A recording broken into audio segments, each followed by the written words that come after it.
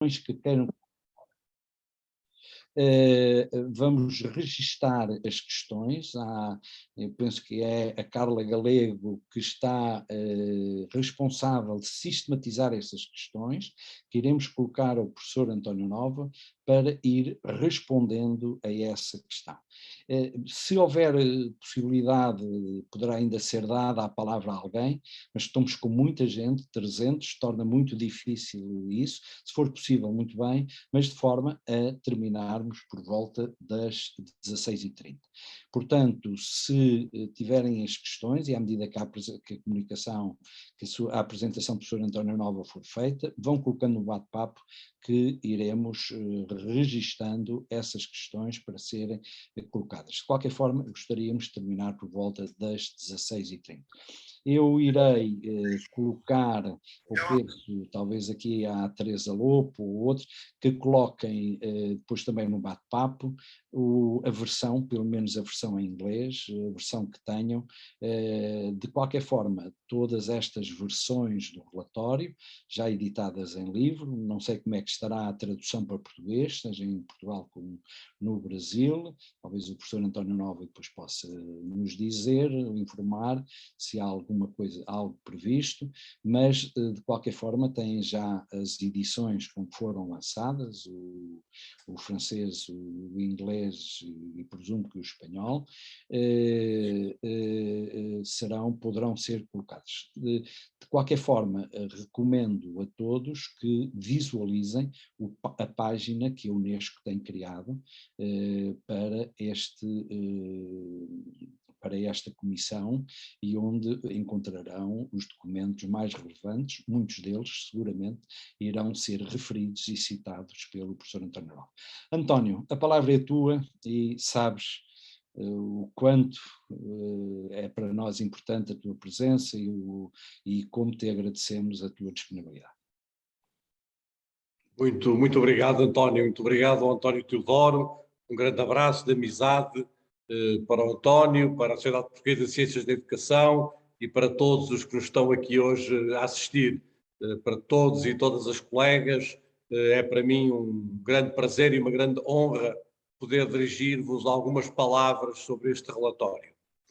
O António Teodoro já fez o enquadramento do relatório, não é? Como é que ele aparece, como é que ele surge. Entre o relatório Edgar Faure e o relatório Jacques Delors tinha havido uma diferença de cerca de 24 anos e por isso estava na altura, não é, de avançar um novo relatório, agora que tinham passado 24 anos do relatório Jacques Delors. Não é? E foi um pouco essa a ideia do lançamento deste terceiro relatório sobre o futuro da educação. Que, como vão ver na minha apresentação, é um relatório que foi construído de uma maneira muito diferente dos anteriores e que tem objetivos e ambições muito distintas dos anteriores, e é mais sobre isso que eu falarei do que propriamente sobre os conteúdos do relatório. Quando o António Teodoro me convidou, disse-me que iríamos ter, sobretudo, um público mais especializado, colegas, de professores, de investigadores, de pessoas que trabalham estes temas, e, portanto, pareceu-me que talvez fosse útil desvendar-vos alguns elementos do próprio processo de elaboração deste relatório e da forma como ele foi construído. Num certo sentido, são coisas a que raramente temos acesso, encontramos os produtos feitos, mas não o processo através dos quais chegamos a estes produtos, e por isso entendi um pouco que seria útil, sem deixar de referir os conteúdos ou as propostas mais substantivas, falar-vos também da maneira como este relatório foi construído. Ele foi objeto da nomeação pela Diretora-Geral da Unesco de uma comissão de 18 membros, como o António Teodoro disse, e bem, de todos os lugares do mundo, gente muito interessante e, permitam-me dizê-lo, gente pouco interessante, gente que tinha muitas coisas para dizer e gente com a qual eu acho que tinham poucos contributos a dar, gente e pessoas com as quais eu me identificava profundamente e outros com os quais eu me desidentificava profundamente, E, portanto, estamos a falar de uma comissão muito heterogénea, não estamos a falar de um texto de autor, não estamos a falar de um texto escrito por um de nós, que faz parte das suas ideias, estamos a falar de um processo que é um processo muito complexo, muito difícil e em que é preciso encontrar muitos equilíbrios até se chegar a um resultado final, que é este que aqui está,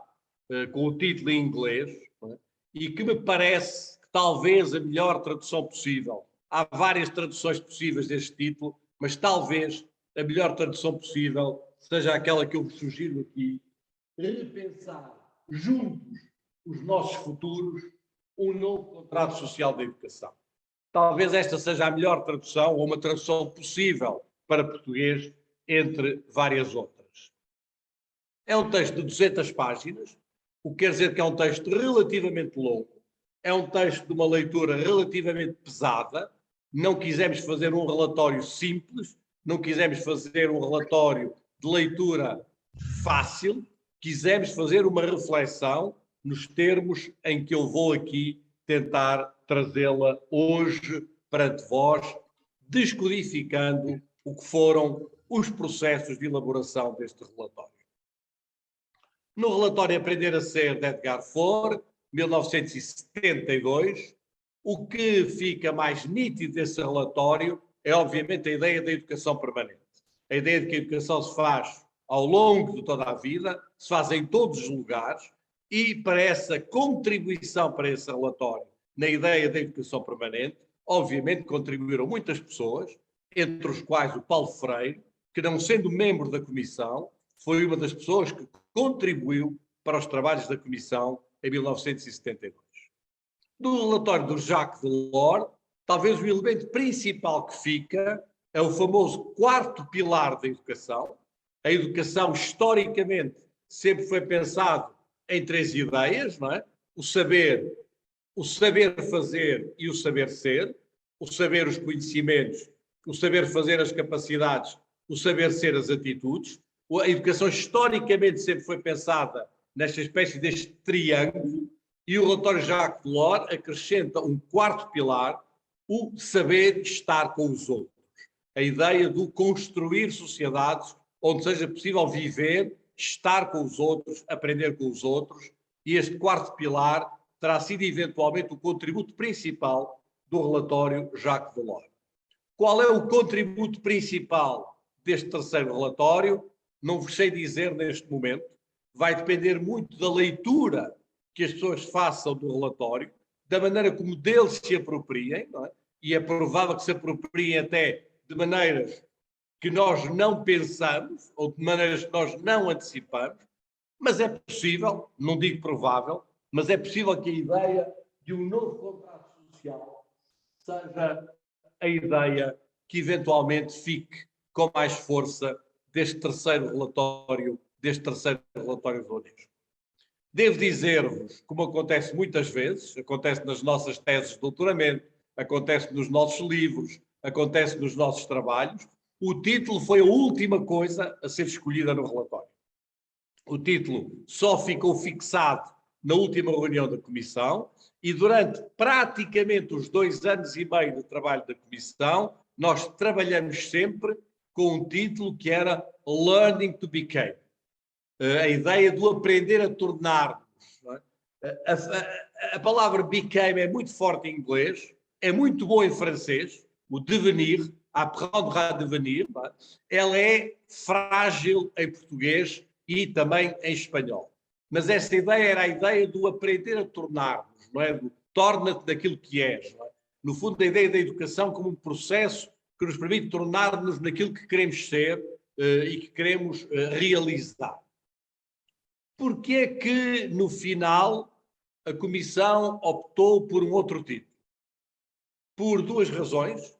Porque a ideia de contrato social se foi impondo de maneira muito forte ao longo do processo de construção e de elaboração deste relatório, e também, e este é talvez o elemento mais importante, porque a Comissão se foi fixando numa palavra e num conceito que acabou por ser o conceito estruturante de grande parte do relatório, que é o conceito e a palavra que é o conceito e a palavra together. O relatório foi pensado em inglês, foi escrito em inglês, foi trabalhado em inglês, contrariamente aos dois anteriores que foram trabalhados em francês. A ideia do juntos, do together, foi ganhando uma grande preponderância nos trabalhos da Comissão e eu vou-vos explicar já por que razão, porque me parece que aí está um dos elementos-chave para a leitura deste texto e deste relatório. E por isso, no final, o título Reimagining Our Futures Together, a New Social Contract for Education, repensar juntos os nossos futuros, um novo contrato social da educação. Claro que aqui a tendência é forte em traduzir um novo contrato social pela educação, mas eu julgo que a tradução certa é um novo contrato social da educação, por razões que tentarei explicar-vos um pouco mais adiante. Antes, no entanto, uma brincadeira, uma provocação, um jogo de palavras. Todos conhecemos o célebre quadro do surrealista Magritte, Ceci n'est pas une pipe, isto não é um cachimbo, não é? E eu aproprio-me desta provocação, não é? Do Magritte no seu célebre, enfim, na sua célebre intervenção sobre a traição das imagens, para dizer isto não é um relatório. Isto que aqui está não é um relatório. Provocatoriamente, eu justamente digo isto não é um relatório. E não é um relatório em que sentido? Não é um relatório no sentido tradicional do termo. Há muitos relatórios de muitas organizações internacionais que são publicadas mensalmente, semanalmente, e nós não quisemos que este relatório fosse construído, fosse feito, fosse pensado da mesma maneira que é pensado um relatório tradicional de uma organização internacional. E desde logo porquê? Por duas razões principais, e que são para nós razões essenciais no modo de escrita, no modo de produção deste relatório, e que são muito importantes para perceber o seu modo de produção, mas também para perceber os seus conteúdos. A primeira foi que desde o princípio pusemos futuro no plural. E falamos sempre de futuros e não de futuro. Isto é, afastamos-nos deliberadamente de um pensamento prospectivo, afastamos-nos deliberadamente de um pensamento que tenta prever ou controlar ou planear o futuro e dissemos há muitos futuros, há muitos e diversos futuros, uns mais desejáveis, outros menos, há muitos futuros construídos por muita gente em muito lugar do mundo e seria absurdo da nossa parte, no momento que estamos a viver, no momento histórico da humanidade, tentar construir um relatório sobre o futuro numa perspectiva de planeamento, ou de antecipação, ou de previsão, ou de conselhos a dar às pessoas para percorrerem esse futuro. E ao fazermos isto, afastamo-nos deliberadamente do que é a lógica tradicional de um relatório, seja do Banco Mundial, seja dos relatórios anteriores da Unesco, seja da OCDE, seja de qualquer outra organização internacional. E ao fazer isso, afastamos-nos também da lógica tradicional dos relatórios, que é determinarem com recomendações, após uma determinada análise, não é? Fazem-se recomendações dirigidas primordialmente aos governos, mas não só, sobre o que resulta do trabalho daqueles especialistas que funcionaram em comissão. É por isso que este relatório termina sem recomendações, ainda que, obviamente, haja propostas, haja ideias a partilhar, haja um conjunto de dinâmicas que, em conjunto, queremos continuar com as pessoas que connosco trabalham. Ora, justamente esta ideia da continuação de um relatório que não termina com a sua publicação, mas que começa com a sua publicação, através da constituição de uma grande plataforma na Unesco, para partilha de experiências, para reflexões, para debate, para tentativa de construir um conjunto de redes a nível mundial onde estas ideias sejam debatidas, foi o segundo elemento que nos afastou da ideia tradicional de um relatório. E, nesse sentido, este texto é muito mais uma compilação, uma síntese de experiências que estão a ser feitas no mundo, de coisas que estão a ser feitas no mundo e que foram partilhadas connosco ao longo destes 2 anos e meio, numa consulta a educadores, numa consulta a professores que envolveram, segundo os nossos cálculos, cerca de 1 milhão de pessoas. Cerca de 1 milhão de pessoas, de educadores, de professores, de pais, sobretudo de jovens. Houve uma atenção muito grande concedida aos jovens em várias regiões do mundo, que foram partilhando connosco as suas ideias e, num certo sentido, este texto é muito mais uma tentativa de síntese, uma tentativa de organização destas ideias, do que um texto de especialistas que trabalharam entre eles, do ponto de vista técnico, para fazerem um conjunto de propostas ou um conjunto de recomendações. Quer isto dizer que este relatório se afastou muito da matriz tradicional do que são os relatórios das grandes organizações internacionais, e ele foi produzido num modo muito diferente, o que levou a que a sua leitura terá que ser feita sempre em diálogo com os milhares de experiências e com o repertório de experiências que hoje já está disponível no site da Unesco. Nós hesitamos muito, não é, em colocar aqui essas experiências. O texto ia ficar de uma dimensão impossível e, portanto, acabamos por não mencionar nenhuma dentro do relatório, mas remeter para esta plataforma onde se podem visitar, conhecer as coisas que vão sendo feitas no mundo neste momento. Ao afirmar isto, estamos a dizer uma coisa que parece muito simples, mas que tem um conteúdo profundamente importante. É que em educação não há nada novo. Não há novidades. Não venham pensar neste relatório como lugar onde vão encontrar aquela novidade em que nunca ninguém pensou, onde vão encontrar aquela recomendação absolutamente extraordinária na qual nunca ninguém pensou, onde vão encontrar uma ideia fantástica na qual nunca ninguém pensou. Nós assumimos que em educação nunca há nada novo.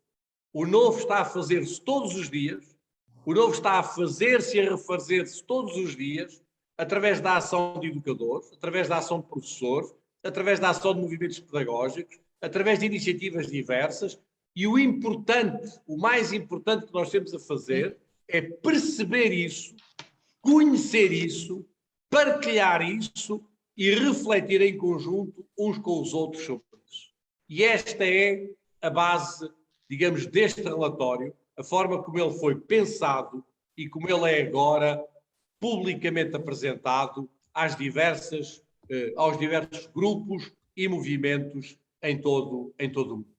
E esta matriz do relatório é, a meu ver, particularmente importante. E à medida que o relatório foi sendo produzido, dizia-vos eu há pouco, houve uma ideia que se foi tornando muito forte. A ideia dos juntos, cuja palavra em inglês é uma palavra também um bocadinho mais forte do que em português. O together, não é? Talvez se possa traduzir por juntos, talvez se possa traduzir por em conjunto, não é? Isso foi ganhando nas nossas reflexões, na nossa consulta e debate com os educadores do mundo, uma grande força. E foi ganhando uma grande força, sobretudo, acima de tudo, pela constatação de que aquele que desde o princípio do século XXI, nos últimos 20 anos,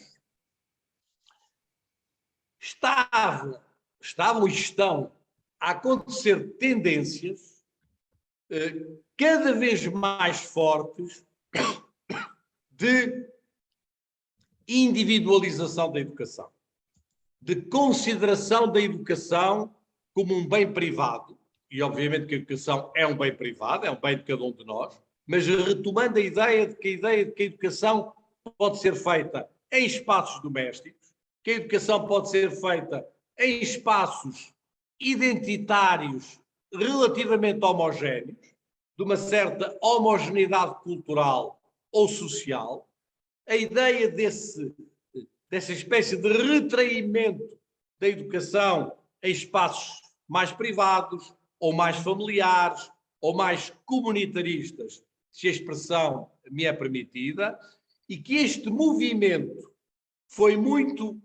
que teve origem em debates ideológicos fortes, foi muito acentuado pela ligação entre duas dinâmicas. Por um lado, a dinâmica das chamadas learning science, das ciências da aprendizagem, e sobretudo dos estudos do cérebro, que levam hoje muitos cientistas a afirmar que é possível hiperpersonalizar as aprendizagens, que é possível construir aprendizagens à medida daquele cérebro, à medida daquele aluno, à medida daquele educando. Portanto, um processo de hiperpersonalização das aprendizagens e um processo de hiperpersonalização das aprendizagens que está altamente ligado aos processos de digitalização, aos processos de inteligência artificial, à maneira como estão hoje a ser concebidos a utilização desses dispositivos tecnológicos no espaço da educação. A ligação entre estas três realidades, uma realidade e um movimento que era ideológico, um movimento que veio de certas áreas científicas, nomeadamente das chamadas learning sciences, e um movimento que veio das tecnologias em ligação com a inteligência artificial e também com os interesses de uma grande indústria global, de um grande mercado global da educação, tem levado a que muitos dos debates educativos sobre inovações, sobre o que é preciso fazer, sobre a resposta à pandemia, etc., tenham essa matriz mais individualista ou no maior retraimento nas esferas privadas, domésticas ou familiares, perdendo a dimensão pública e a dimensão comum. Perdendo a dimensão pública da educação e a dimensão comum da educação, que num certo sentido é a dimensão do público partilhado, de uma participação na educação, fora desses enquadramentos mais, vamos chamar-lhe assim, mais domésticos, para distinguir do conceito de privado no sentido tradicional do termo. O privado que eu estou aqui a utilizar não é o privado que se opõe ao público, é o privado de uma espécie de retraimento em espaços privados, em espaços domésticos ou em espaços familiares. A Comissão apercebeu-se que estas tendências eram muito fortes e elas foram ainda acentuadas com a pandemia, nomeadamente a dimensão digital e a entrada no digital do grande mercado global da educação, e por isso entendeu que era preciso escrever qualquer coisa contracorrente, que era preciso fazer um processo de contracorrente a este movimento e que a maneira de fazer o processo de contracorrente a este movimento era justamente acentuando a dimensão dos juntos.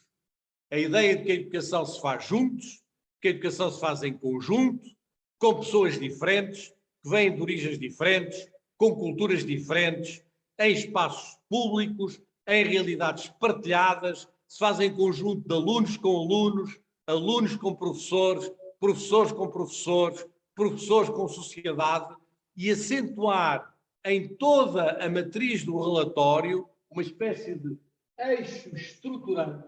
E o eixo estruturante é tudo e todas as palavras, como já vamos ver na parte final da minha apresentação, como eixo estruturante, tudo o que tenha a ver com algum desdobramento do conceito de juntos, do conceito de em conjunto, do conceito de presença partilhada em espaços educativos.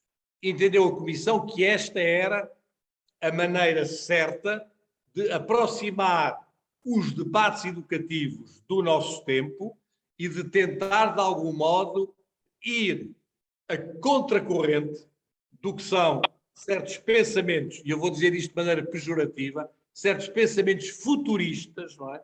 Que procuram inventar novos tempos para a educação, sem escolas, sem professores, com recurso a uma hiperpersonalização das aprendizagens, com recurso a mecanismos muito diferenciados, mas nos quais se perde a ideia de estarmos juntos a trabalhar o conhecimento, de estarmos juntos a aprender, de estarmos juntos a descobrir conhecimento e a produzir ciência, de estarmos juntos nestas dinâmicas de aprendizagem. E por isso, o juntos, together, é, na verdade, a palavra-chave deste relatório, e ela é de tal maneira chave que, quase no final dos trabalhos, o título do relatório teve apenas para ser together, mais nada, não é? A poucos minutos do final da última reunião da Comissão, antes de chegarmos a este título, um dos membros propôs, mas porquê é que não ficamos só together? E a única palavra é esta, e o resto vem a seguir, e o resto as pessoas verão, e teve quase para ser assim, e acabou por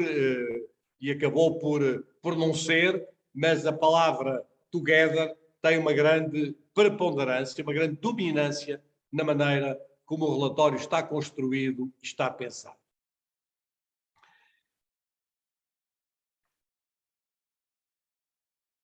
Eu estou a ir muito depressa, mas obviamente é muito importante para mim dizer que uma das grandes tradições pedagógicas, nomeadamente da escola nova e da educação nova, que se procura integrar neste relatório, é a tradição da famosa diferenciação pedagógica, não é? Aquilo que o Claparete chamava a escola por medida. Devemos dar uma escola à medida de cada criança, à medida do seu ritmo, das suas motivações, a diferença dos ritmos de aprendizagem. É nisso que assenta toda a educação inclusiva e todo o processo da educação inclusiva. Porém, não se confunda nunca este movimento da hiperpersonalização das aprendizagens, que é um movimento de retirada dos alunos dos espaços escolares para poderem aprender sozinhos, não é? À sua medida, com a ajuda de dispositivos da inteligência artificial altamente sofisticados. Não se confunda isto com a tradição da diferenciação pedagógica, que é muito distinta disto que nós estamos agora a falar. Por vezes, pode parecer que estamos a falar da mesma coisa, e estamos a falar de coisas totalmente opostas e totalmente diferentes, e é preciso ter a consciência dessa diferença em relação a duas correntes de pensamento que vão para lugares muito distintos. A partir dos juntos, a Comissão chegou a uma ideia, que é uma ideia difícil, que é a ideia de que a educação se elabora num tempo muito longo, ao longo dos séculos, mas que algures, na segunda metade do século XIX, há 150 anos, mais coisa menos coisa, em todos os países do mundo se celebrou uma espécie de contrato social da educação, uma espécie de contrato social da educação. Claro que não é um papel, não é um contrato no sentido jurídico, um contrato no sentido de uma espécie de um consenso. Elaborou-se um consenso nas sociedades em torno da educação, e este consenso tinha vários elementos, e este consenso, tendo vários elementos, tinham dois elementos que eram absolutamente centrais. E os dois elementos que eram absolutamente centrais nesta espécie de consenso social que se elabora no final do século XIX em todas as nossas sociedades, praticamente na mesma altura, não é? No tempo em que se formam as escolas normais, no tempo em que aparecem os primeiros edifícios escolares, enfim, nesse tempo, de há 150 anos, há dois elementos que são muito importantes neste contrato social. O primeiro é a escolaridade obrigatória. Isto é a ideia de que os Estados têm o direito de impor uma escolaridade obrigatória, que primeiro é de 3 anos, depois de 4, depois de 6, depois de 8, e se vai prolongando, e que os Estados têm o direito de impor esta escolaridade obrigatória. Porquê? Porque só assim, através da escola, nós podemos atingir a cidadania. Não há cidadanias nacionais sem ser através da escola, e por isso temos que impor a escola como elemento central da construção dessas cidadanias nacionais, que no final do século XIX são absolutamente centrais. Alguém que explica isto de uma maneira cristalina é, obviamente, o Pierre Bourdieu, nos seus trabalhos, explica de maneira cristalina a ligação entre a escola, na segunda metade do século XIX, a escolaridade obrigatória e as cidadanias nacionais. Uma parte deste contrato, deste consenso, que é um consenso forte, porque, como vocês imaginam, é uma enorme violência impor a escolaridade obrigatória, e essa violência simbólica, para voltar às palavras do Pierre Bourdieu, só é possível porque a sociedade concorda, porque há um largo apoio da sociedade, não há unanimidade, obviamente, o trabalho infantil prolonga-se ainda durante muito tempo, não há unanimidade, mas há um largo consenso social em torno da ideia de que se deve impor essa escolaridade obrigatória a bem dos alunos, mas sobretudo a bem das cidadanias nacionais. E o segundo elemento deste contrato social, desta espécie de consenso, é uma determinada maneira de fazer escola. Uma determinada maneira de fazer escola. E essa maneira de fazer escola é a maneira que vem até hoje. Eu não queria fazer de Boris Johnson, não é? Como vocês sabem, Boris Johnson fez, primeiro-ministro britânico, fez há pouco tempo numa intervenção uma piada com a porquinha Peppa, não é? E com estes desenhos animados agora da porquinha Peppa, e a coisa não lhe correu muito bem. Eu não quero fazer uma piada também parecida com a do Boris Johnson. Mas quando vocês me perguntam o que é esta escola, é fácil. A porquinha Peppa é hoje os desenhos animados que todas as crianças do mundo veem, e a minha neta também. E eu, aqui em casa, tenho uma escola da porquinha Peppa, não é? E a escola da porquinha Peppa é assim, são as carteirinhas, os meninos sentados nas carteirinhas, um quadro negro, não é? O giz, a escola. Esta maneira de fazer escola, que resistiu a muitas mudanças, a muitas transformações, e que veio praticamente até aos nossos dias, um edifício escolar, um conjunto de salas de aulas, um professor numa aula a dar uma aula de 1 hora a uma turma de alunos, a dar uma aula de uma disciplina a uma turma de alunos, num determinado espaço, num determinado tempo. Esta maneira de fazer escola foi objeto de um grande consenso nesta altura, e toda a gente naturalmente entendeu que esta era, naturalmente, obviamente, evidentemente, não só a melhor maneira de fazer escola, mas mesmo a única maneira de fazer escola. E a força deste modelo escolar, ou desta forma escolar, ou desta gramática da escola, chamem-lhe o que quiserem, foi o que deu sustentação a um contrato social que se traduziu, do ponto de vista da escola, por este movimento e por esta realidade. Ora bem, o que nós dizemos neste relatório é que estes dois elementos do contrato social da educação, celebrado no final do século XIX, a ideia da cidadania nacional e a ideia de um modelo escolar relativamente uniforme, estão hoje em perda. E que é preciso pensar a educação não apenas como uma cidadania nacional, mas também como uma cidadania global. Como uma cidadania global que nos é exigida hoje por razões de democracia, por razões de luta contra as alterações climáticas, por razões de saúde, por muitas e muitas razões, num mundo em que nós percebemos que nada, mas nada mesmo, se resolve dentro das fronteiras nacionais. Um mundo em que nada do que é essencial se resolve dentro das fronteiras nacionais. Seja o problema do clima, seja o problema da democracia, seja o problema das migrações, seja um conjunto de outros problemas, seja o problema do digital e da maneira como o digital invadiu os espaços todos.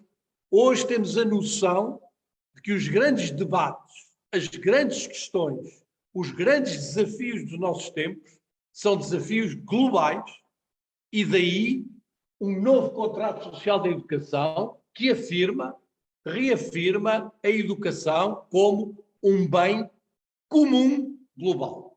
A ideia deste novo contrato social coloca a ideia de bem comum global ou de bem comum mundial, é absolutamente central e absolutamente decisiva na reconstrução de um novo contrato social da educação. E o segundo elemento deste novo contrato social da educação, já o perceberam, é um movimento que leva a acabar com as escolas da porquinha Peppa, não é? Que leva a acabar com este modelo escolar, que teve momentos brilhantes, que cumpriu um papel muito importante no século XX, cumpriu um papel muito importante em muitos países, mas que hoje, obviamente, se encontra em perda e tem sido um dos elementos principais do desgaste na escola e dessa tal fuga para os espaços familiares ou domésticos de que eu vos falei, é a sensação de muitas escolas, de muitos pais, de muitas famílias, de que as escolas já não estão a dar aos alunos aquilo que eles precisam, do ponto de vista da curiosidade, do ponto de vista da relação com o conhecimento, do ponto de vista do que são os grandes desafios do nosso século. E, portanto, um novo contrato social da educação precisa de refazer estes dois pilares do que foi o tal consenso estabelecido no século XIX e caminhar agora para novos consensos e novas maneiras de pensar a escola e a educação. E nessas novas maneiras, a Comissão diz: não leiam nunca, nas nossas palavras, uma crítica à escola. Não leiam nunca, nas nossas palavras, a ideia de que as escolas vão desaparecer. E esses pensamentos futuristas todos que nos anunciam mundos maravilhosos, sem escolas, sem professores, etc. A escola é uma instituição pública, é uma instituição onde se pode trabalhar em conjunto, é uma das poucas instituições de partilha, é uma das poucas instituições de diálogo e por isso a escola tem que ser preservada. Mas para preservarmos a escola precisamos de a transformar e este é, na segunda parte do relatório, um dos elementos centrais do relatório que a Unesco vos propõe e que tem como título Proteger e transformar as escolas. Ou, se quisessem, a melhor maneira de proteger as escolas é através da sua transformação. E então, e para terminar, na segunda parte do relatório, nós vamos elaborar 5 ideias que eu vos vou apresentar de forma muito genérica, mas em que vocês vão perceber que em todas estas 5 ideias nós estamos a desdobrar o conceito de juntos. Estas 5 ideias são um desdobramento da ideia do together, são um desdobramento da ideia que precisamos de espaços de partilha, de espaços de colaboração, de espaços de trabalho uns com os outros, de espaços de diálogo, de espaços para vivermos em conjunto, para trabalharmos em conjunto, para aprendermos em conjunto e, num certo sentido, estas 5 propostas são um desdobramento disso. Não a partir de ideias brilhantes que os especialistas da Comissão poderiam ter tido, mas a partir de experiências concretas que nos foram fornecidas, que nos foram apresentadas ao longo do processo de consulta. Nenhuma destas 5 ideias é nova, nenhuma destas 5 ideias funciona como uma coisa que saiu da cabeça do António Novo ou de qualquer um dos outros 17 membros da Comissão, mas como coisas que nós tomamos conhecimento, que nós analisamos, que nós discutimos com professores, com educadores que em todo o mundo já estão a fazer isso. E é por isso que pode ser um bocadinho uma desilusão para alguns de vocês e até uma desilusão para muita gente no mundo. Mas é verdade, este relatório não traz nada de novo. E assume que não traz nada de novo. E assume que não quer trazer nada de novo. Uma espécie de uma novidade extraordinária em que nunca ninguém pensou. Este relatório quer ser um lugar para pensar em conjunto, uns com os outros, aquilo que temos pela frente e os desafios que temos pela frente na área da educação. Desdobraram-se então 5 ideias clássicas, a primeira no âmbito da pedagogia, a segunda na área do currículo, a terceira na área dos professores, a quarta na área da organização escolar e a quinta na relação entre escola e sociedade. E aparecem estas 5 ideias que obviamente são facilmente apresentadas como desdobramento do conceito de together e do conceito de estar juntos. A primeira é um apelo à pedagogia da cooperação, nós dizemos mesmo no relatório, da cooperação e da solidariedade. A ideia de que a pedagogia deve ser sobretudo um ato de cooperação. Nenhuma novidade. O Freinet disse-o, repetiu há praticamente um século, não é? Nenhuma novidade em relação a muitas pedagogias cooperativas, mas não havendo novidade, há coisas que é preciso continuar a dizer. Há coisas que é preciso insistir sobre elas e insistir sobre a ideia de que é nesse trabalho de cooperação que se pode encontrar o elemento central do trabalho pedagógico nos nossos dias. Cooperação entre alunos e professores, cooperação nesse ato da aprendizagem, nesse ato de trabalhar o conhecimento, que é absolutamente decisivo. Na área do currículo, as nossas reflexões encaminharam-se muito para um conceito, que é um conceito de tradução muito difícil em português, a ideia do knowledge commons, não é? A ideia do património de conhecimentos comuns, não é? Que é, como vocês sabem, objeto de um debate extenso na filosofia, na economia, na sociologia, há muitos anos. Não é? E esta ideia do comum, do knowledge commons, leva-nos a sugerir toda uma ideia de um currículo transversal, de um currículo temático, de um currículo feito através de temas e de problemas, através de discussões sobre temas e problemas, através de debates diversos e não tanto nas estruturas disciplinares tradicionais.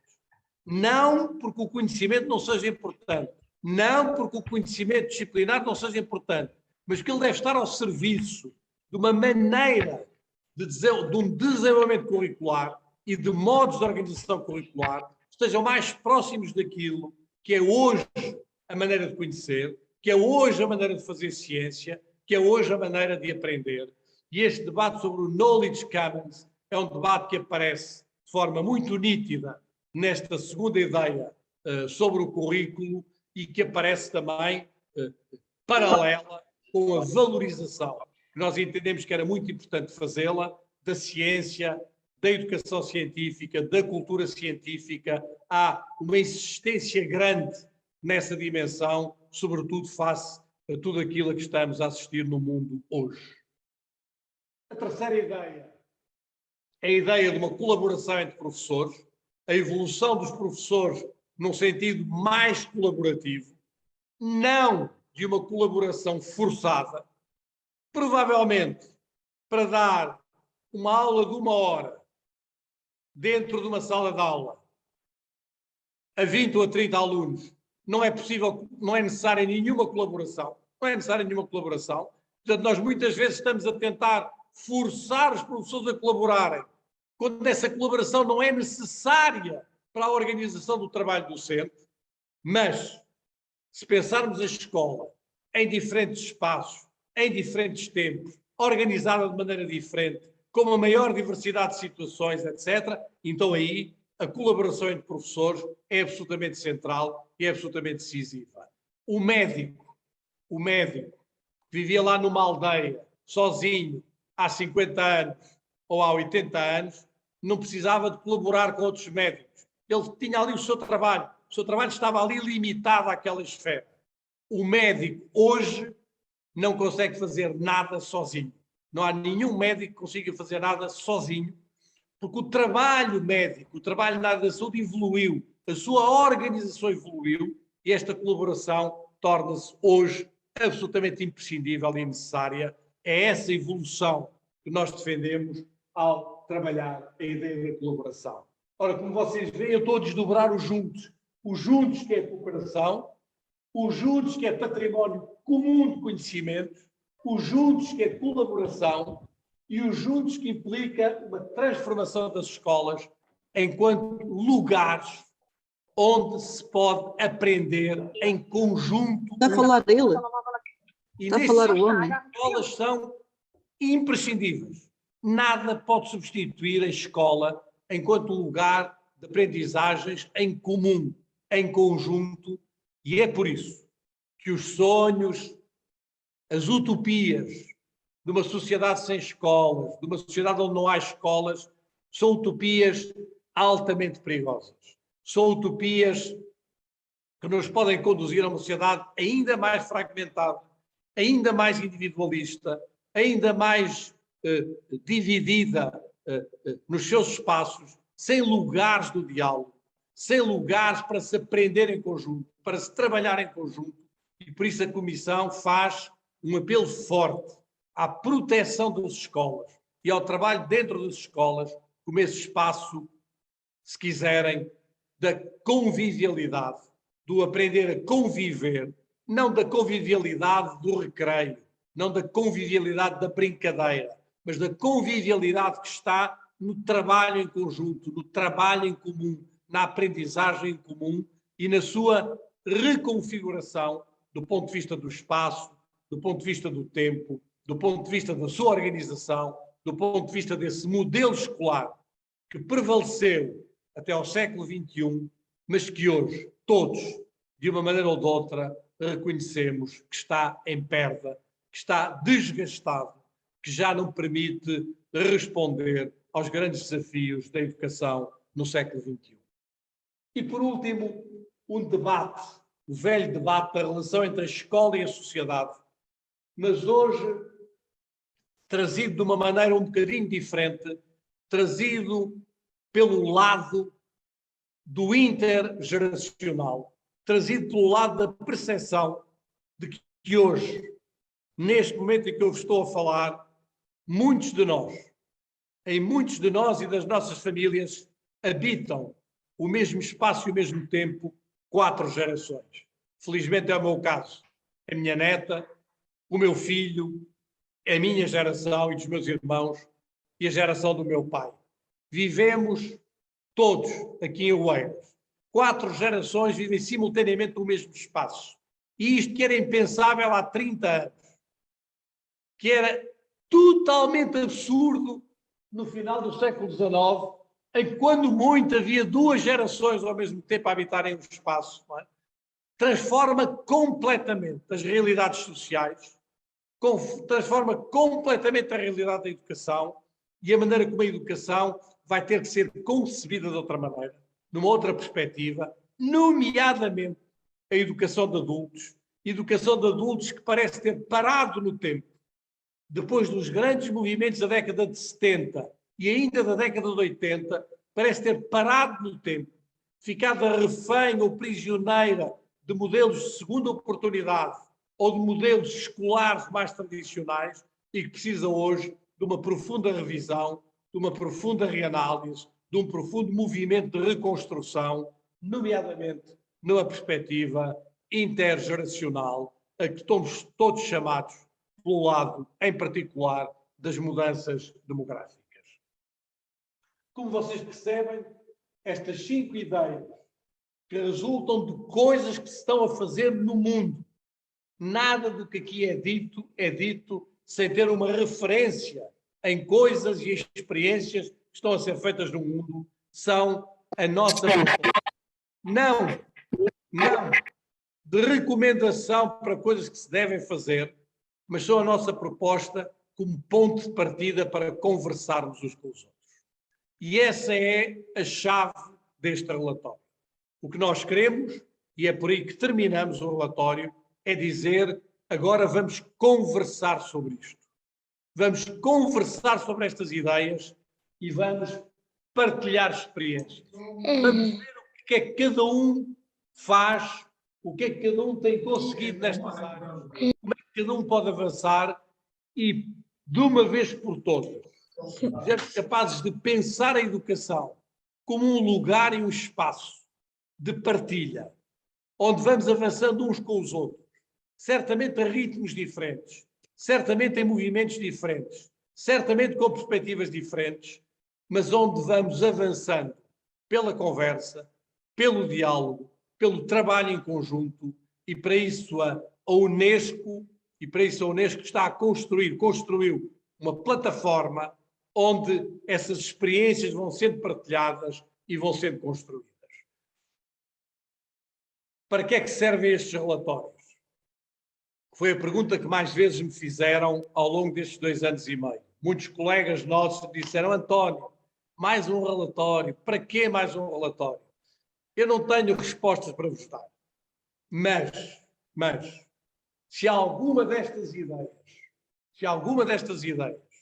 ajudar alguns colegas nossos, educadores, em lugares muito problemáticos da Ásia, ou da África, ou da América, ou da Europa, em lugares onde fazer experiências pedagógicas é duro e é difícil, em lugares onde as pessoas são marginalizadas ou até mesmo assassinadas por causa das suas ideias educativas e dos seus princípios educativos. Se ajudar alguma destas pessoas no mundo, dizendo: vejam, não somos só nós que estamos a dizer isto, não somos só nós aqui no nosso canto que estamos a dizer isto. Há umas tantas criaturas lá na Unesco que, depois de consultarem 1 milhão de pessoas, estão a dizer as mesmas coisas que nós estamos a dizer. Se isto puder reforçar movimentos, se isto puder reforçar algumas dinâmicas, se isto for útil para alguns educadores e alguns professores para se sentirem mais apoiados ou mais legitimados nas suas ações, eu acho que este relatório já terá cumprido uma parte das suas ambições.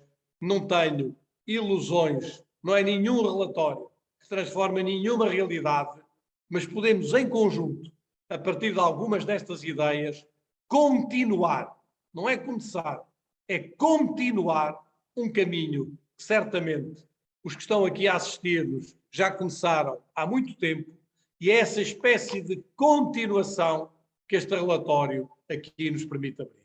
Esta é talvez uma ambição modesta, dirão alguns aqui presentes, é a minha ambição em relação a este relatório.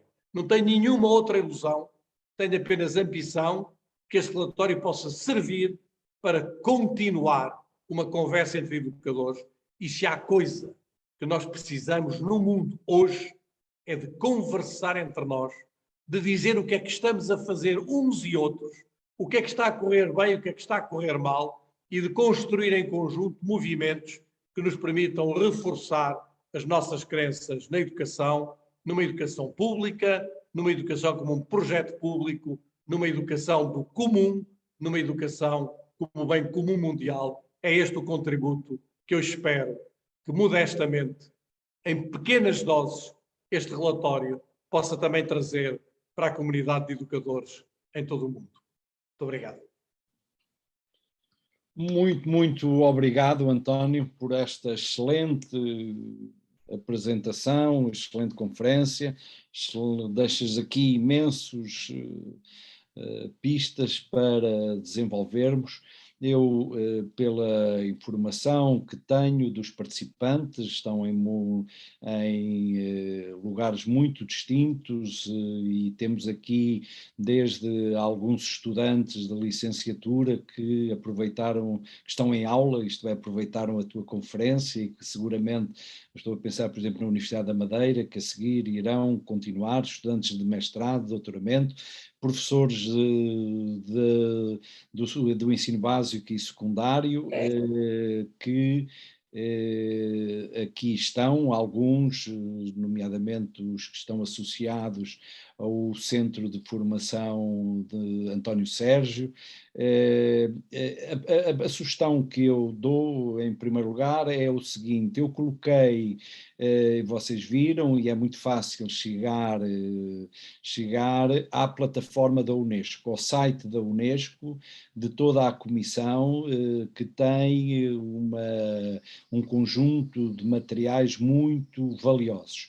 Eu coloquei também a versão em inglês do relatório que está aí disponível, mas que poderão fazer facilmente o download do site da Comissão. Portanto, a primeira proposta que eu faço é que nos espaços onde nós coabitamos, continuemos essa conversa juntos. Nas aulas, nos seminários, seguramente alguns de nós, a começar pelo professor António Nova, estarão disponíveis para outros debates noutras circunstâncias, de acordo com as suas agendas e com os seus compromissos. Da parte do SEID, do Centro de Estudos Interdisciplinares em Educação e Desenvolvimento, e penso que posso dizer também em nome do Centro de Investigação de Educação da Universidade da Madeira, há disponibilidade para desenvolver e continuar este espaço, não apenas no espaço universitário, mas nas parcerias que temos com as escolas básicas, secundárias e com outros espaços de formação. O mesmo para a secção de Educação Comparada da Sociedade Portuguesa de Ciências da Educação e a sociedade no seu conjunto. A SPCE no seu conjunto, eu presumo, aliás, que a sua presidente está a assistir, ou pelo menos tinha a intenção de assistir e de participar nesta sessão, portanto, estamos disponíveis. Obviamente que muitas destas problemáticas impõem agora novos desenvolvimentos e, portanto, fica desde já este desafio a todos nós. Nós temos ainda 15, 20 minutos. Eu penso, houve muitas questões que foram sendo apresentadas ao longo da apresentação do professor António Nova. Eu penso, a Carla selecionou umas 2 ou 3 para uma volta final e para terminarmos na hora prevista. Carla, estás aí disponível? Bom, estou aqui, estive a fazer o registro das discussões que foram ocorrendo no chat, mas antes de colocar então as questões, também gostaria de agradecer ao professor António Nova a sua mais uma brilhante exposição, é sempre muito desafiadora. Bom, essencialmente foi havendo discussões no chat à medida que o professor António Nova ia falando, mas eu essencialmente destaco 2 dimensões. Uma relativamente com o conceito de contrato social, ou com o novo conceito de contrato social e como é que ele se relaciona com a legislação, e vou passar a citar 2 perguntas que foram feitas, uma do professor José Brás, que diz: na lógica do novo contrato, gostaria de saber qual a posição do professor Sampaio da Nova sobre a possibilidade da legislação possibilitar a educação familiar, e depois avança algumas hipóteses. Significa o princípio da desresponsabilização do Estado? Significa o abandono do modelo estatal da educação? Significa a privatização da educação? Significa a mercantilização da educação e a falência da educação pública? E portanto, também na sequência desta questão, também a professora Clara Cruz também faz a seguinte questão: qual a relação entre a lei de bases do sistema educativo português e este contrato social de educação? Esta é uma das dimensões e que está relacionada com este conceito. Depois outra tem a ver mais com com o papel dos professores, não é? Ou o lugar dos professores neste novo contrato social. E passo a citar também as questões da Maria José Vitorino, que diz o seguinte: que e quais e quantos professores na escola não porquinha Pepa para esses futuros? Onde e como se reconstruirão ou se estão reconstruindo ongoing esses perfis profissionais.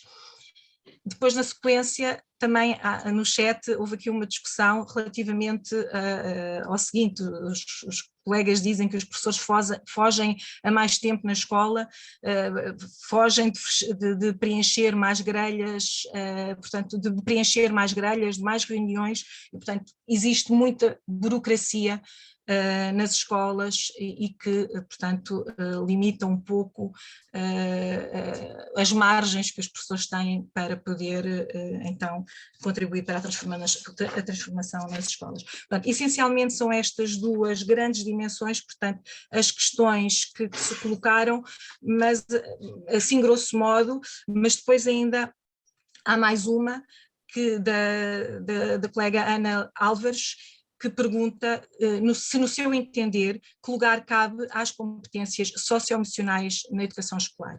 E creio que com isto termino, portanto, as colocações que foram ocorrendo aqui no chat. Muito obrigado, seguramente estaríamos aqui horas e horas de volta. Tens aí um conjunto de questões, se quiseres agora pegar nos últimos 15 minutos e desenvolver, e depois ficamos por aqui. E volto a dizer, com o desafio de continuarmos após a leitura de algumas destas partes.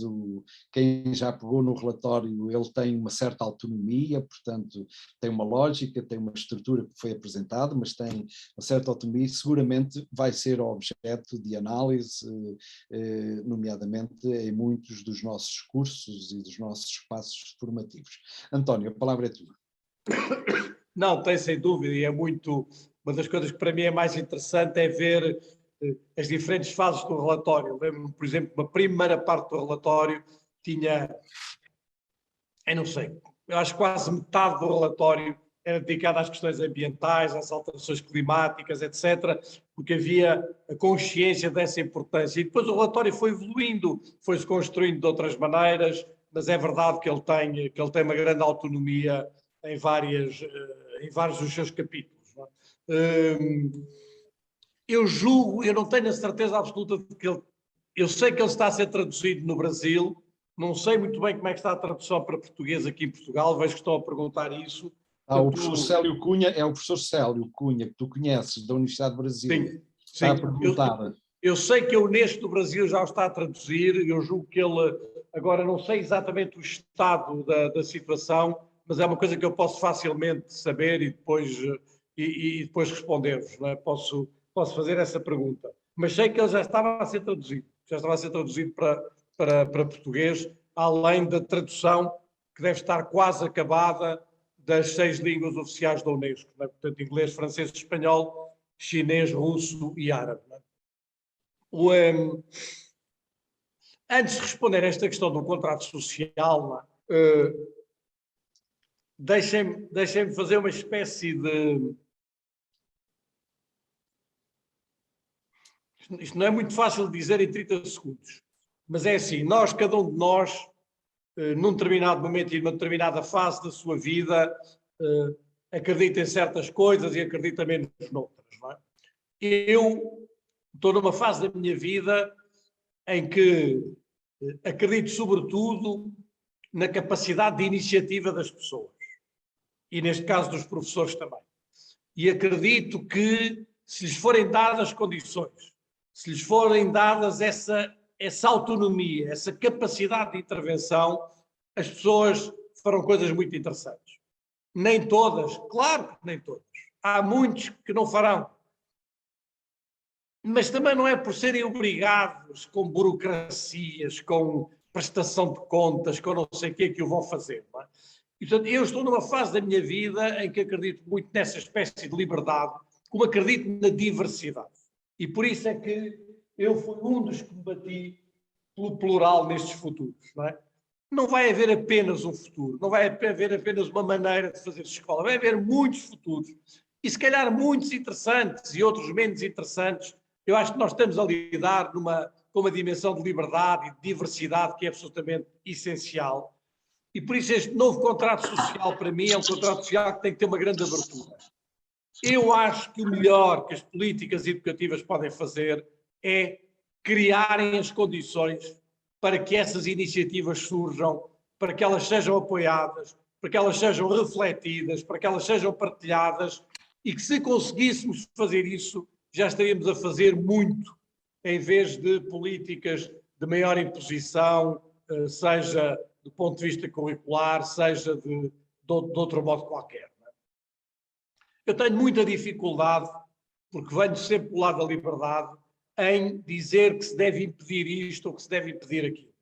Mas para mim a ideia da educação familiar ou da educação apenas em espaços familiares é qualquer coisa que é profundamente empobrecedor para a maior parte dos nossos alunos.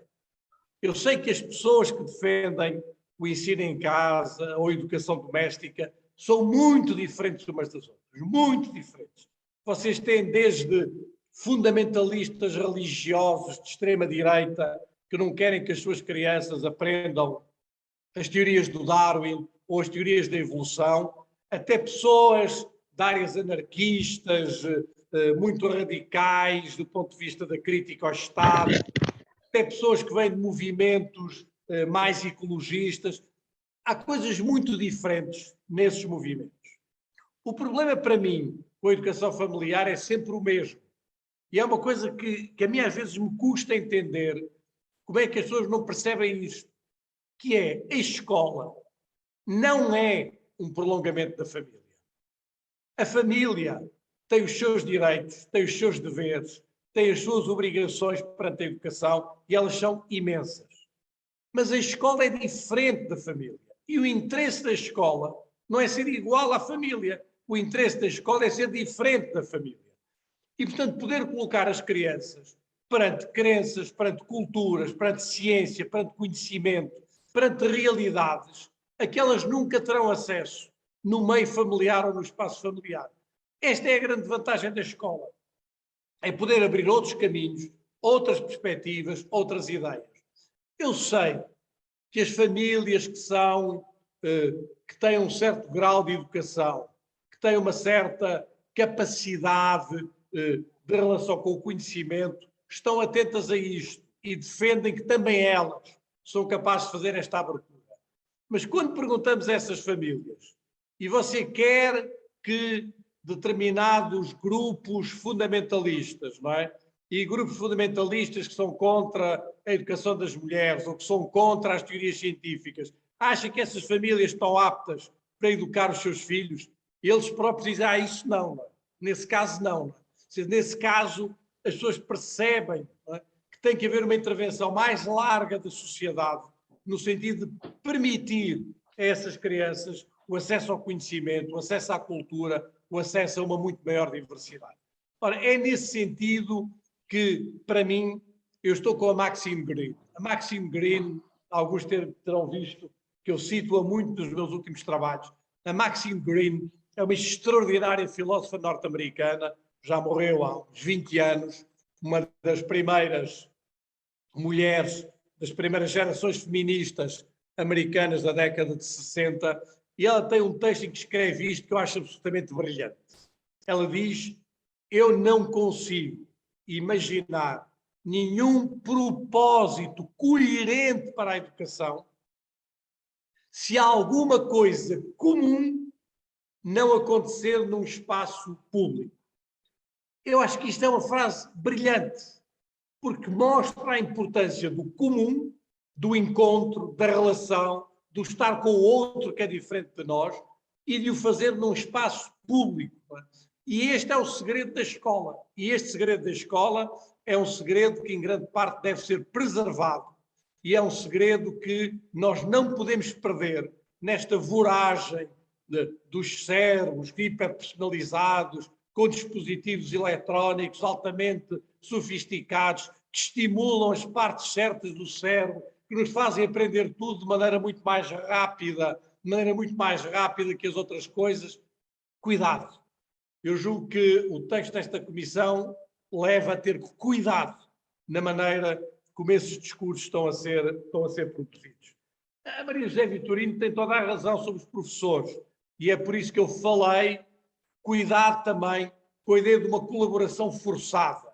Agora vamos obrigar os professores a colaborarem. Corre sempre mal. Porque os professores já têm tantas tarefas, tanta burocracia, tanto trabalho, tanta coisa a fazer, que se entenderem a colaboração como mais uma coisa para dificultar o seu trabalho, vão obviamente resistir e vão obviamente criar obstáculos a esse caminho. A colaboração tem que ser alguma coisa que facilita o nosso trabalho, que torna o nosso trabalho mais fácil, que torna o nosso trabalho mais coerente, que torna o nosso trabalho mais ligeiro, se quiserem, ou pelo menos torna o nosso trabalho num ambiente de colaboração que nos permite fazer coisas que sozinhos não poderíamos fazer. Há muitos professores, e eu acredito muito nos professores nas novas gerações de professores, que têm hoje uma cultura em que isso é mais natural, em que isso acontece de maneira mais óbvia, não é?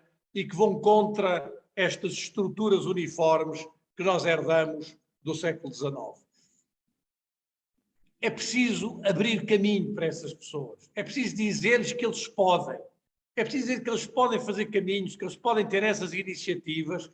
É preciso uma abertura, uma liberdade, uma diversidade, uma capacidade de fazer coisas que nem todas as coisas vão correr bem, como não correm na ciência. Nem todas. O erro na ciência é a coisa, se calhar, mais importante da ciência. É o erro, não é? É a dúvida, não é? Nem tudo vai correr bem, mas é nesses caminhos de liberdade e diversidade que nós podemos encontrar uma nova dinâmica para este contrato, este novo contrato social da educação que nós advogamos neste relatório. Seria muito longo explicar o debate do socioemocional. Foi um debate muito forte dentro da Comissão. Foi um debate, aliás, no qual a Comissão não chegou bem a acordo. Não é? A Comissão evitou também o uso da palavra competências, não é? Mas seria também uma grande discussão agora e impossível de vos dizer porque é que decidimos evitar o uso desse conceito.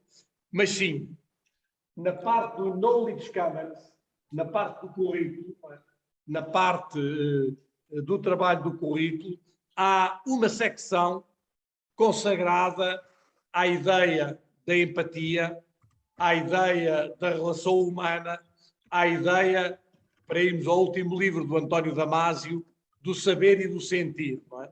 Isto é que saber e sentir não são duas atividades diferentes, que só se sabe quando se sente e que é ao sentir que nós aprendemos e conhecemos e que esta realidade é uma realidade absolutamente central para as escolas do futuro e isso vem, em grande parte, aliás, na linha do quarto pilar do relatório Jacques Delors, do aprender a estar com os outros, do aprender a viver com os outros, do aprender as regras do diálogo, e essas dimensões são, obviamente, hoje dimensões muito importantes. Mas, num certo sentido, nós evitamos no relatório o conceito de competências socioemocionais, julgo que ele aparece uma vez, socioemocional, julgo que aparece uma vez no relatório, porque havia visões distintas, não é? sobre esse debate entre os membros da Comissão e nós não quisemos que o relatório ficasse muito preenchido com debates técnicos ou com debates entre especialistas ou com debates que eram muito especializados. Quisemos que o texto pudesse ser um texto que, na sua complexidade... Às 4h30, vocês estão pontuais. Não evitamos a complexidade. Não quisemos que isto fosse um relatório técnico com meia dúzia de pontinhos, não é? De coisas que é preciso fazer. Não evitamos a complexidade. O texto é um texto difícil de ler, não é um texto fácil de ler. Não evitamos a complexidade, mas quisemos que ele não tivesse, digamos, o ruído dessa espécie de discussões entre especialistas ou entre correntes na área da educação ou da pedagogia, etc., evitamos esse tipo de aproximações. Se o conseguimos ou não, não sei. É um texto pesado, não é um texto fácil de ler, mas como eu tenho dito muitas vezes, e espero que alguns, pelo menos aqui presentes, concordem comigo, a coisa mais horrível que existe nos dias de hoje é um livro que seja fácil de ler. Um livro que seja fácil de ler não tem nenhum interesse, não é? Não tem nenhum interesse. Só os livros que são difíceis de ler, não é? Naqueles que nós lutamos contra eles e vamos à procura e tentamos perceber, não difícil pela dificuldade, não difíceis artificialmente, mas porque há coisas que são difíceis, há coisas que são complexas, há coisas que não são fáceis. Os 4 debates que nós colocamos no início do livro, não é? O debate sobre as alterações climáticas e ambientais, o debate sobre as questões democráticas e da cidadania democrática, não é? O debate sobre o digital e a inteligência artificial e a maneira como isso está a controlar as nossas vidas, o debate sobre a automatização do trabalho e a forma como o trabalho está a mudar, são debates difíceis. Não é possível enfrentar estes debates com palavras simples, não é? Devemos procurar a simplicidade, sim, mas não evitando a complexidade de muitos debates, e eu julgo que a Comissão não o procurou fazer e, na minha opinião, está certa ao não o ter feito e ao não ter reduzido isto a um relatório técnico em que se clicam os tantos pontos, não é? Agora é preciso fazer isto, agora é preciso fazer aquilo, agora é preciso fazer outra coisa qualquer. Creio que temos muito pela frente para discutir e para debater, e há uma frase que me vem o tempo todo nestes últimos meses, que é uma frase da filósofa da Simone Weil, enfim, aluna do Alain, não é? do grande filósofo francês, e que numa carta ao Alain diz esta coisa que, a meu ver, traduz o que nós temos que fazer aqui na Sociedade Portuguesa de Ciências da Educação, o que nós temos que fazer na área da educação. Diz ela, escrevendo ao seu mestre, Alain, que lhe tinha perguntado: e agora o que é que tu queres fazer? E ela acaba a carta ao mestre Alain dizendo: sabe, mestre, a mim já não me chega saber ou fazer alguma coisa. Eu preciso de refletir com os outros sobre aquilo que sei e sobre aquilo que faço. Esta ideia que precisamos de refletir uns com os outros sobre o que sabemos e sobre o que fazemos, eu acho que é a ideia central e a chave de leitura deste relatório. Pelo menos na minha leitura, certamente que os outros 17 membros da Comissão vos apresentariam este relatório de maneira diferente. Eu estou a dar-vos a minha visão deste relatório e não uma visão oficial do relatório.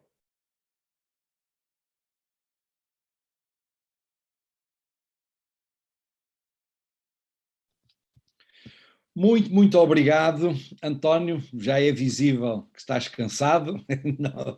Eu estou meio constipado e estou rouco. Não, então já é bem visível. A rouquidão deve estar a começar a notar-se. Nós vamos terminar. Seguramente estaríamos aqui horas. Eu já vi aqui pelo bate-papo que vai continuar de uma forma assíncrona este trabalho para aqueles que se inscreveram através ou por meio do centro do CFAI, do Centro de Formação António Sérgio, mas aqui fica este primeiro... Diz, quem está a falar? Me estava eu a dizer, fica esta primeira apresentação para o público de língua portuguesa, para um público, e só temos pena que que a plataforma só permitiu a participação de 300 participantes. Tenho a notícia que ficaram mais de uma centena, bem mais de uma centena fora. Esperemos que a gravação tenha sido feita, mas seguramente vamos ter outros espaços para continuar esta reflexão e esta conversa juntos. Eu não vou dar por encerrado. Professor, é só uma pergunta, só uma informação. A segunda sessão... Sim. Está para que dia e para que horas? Não é segunda, é aqui hoje. Não sei se o Joaquim Melo quer dar uma É que eu não percebi. É que Professor, se não se importa, então eu Então daria... espera aí, António, deixa-me só encerrar. Muito obrigado. Um grande abraço, um bom ano para ti. Vamos vendo por aí.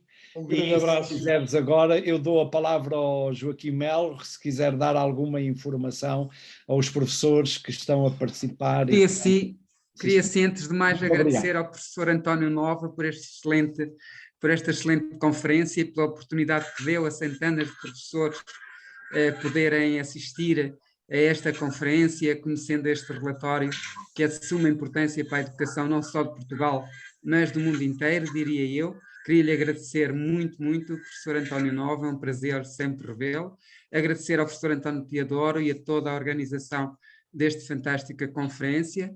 Agradecer a todos e a todas as colegas que nos acompanharam, a nós, Centros de Formação e à Universidade de Lusófona, neste evento.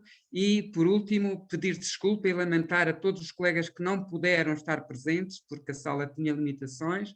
Fica aqui o compromisso de depois nos enviarem a gravação para pormos na plataforma Moodle e assistirem à conferência do professor António Nova e fazerem a formação em termos formais. Não se preocupem, colegas, quem veio vai para o Moodle, segue a formação no Moodle, tal como estava no mail que nos enviamos, e bem-ajam e até breve. Muito obrigado.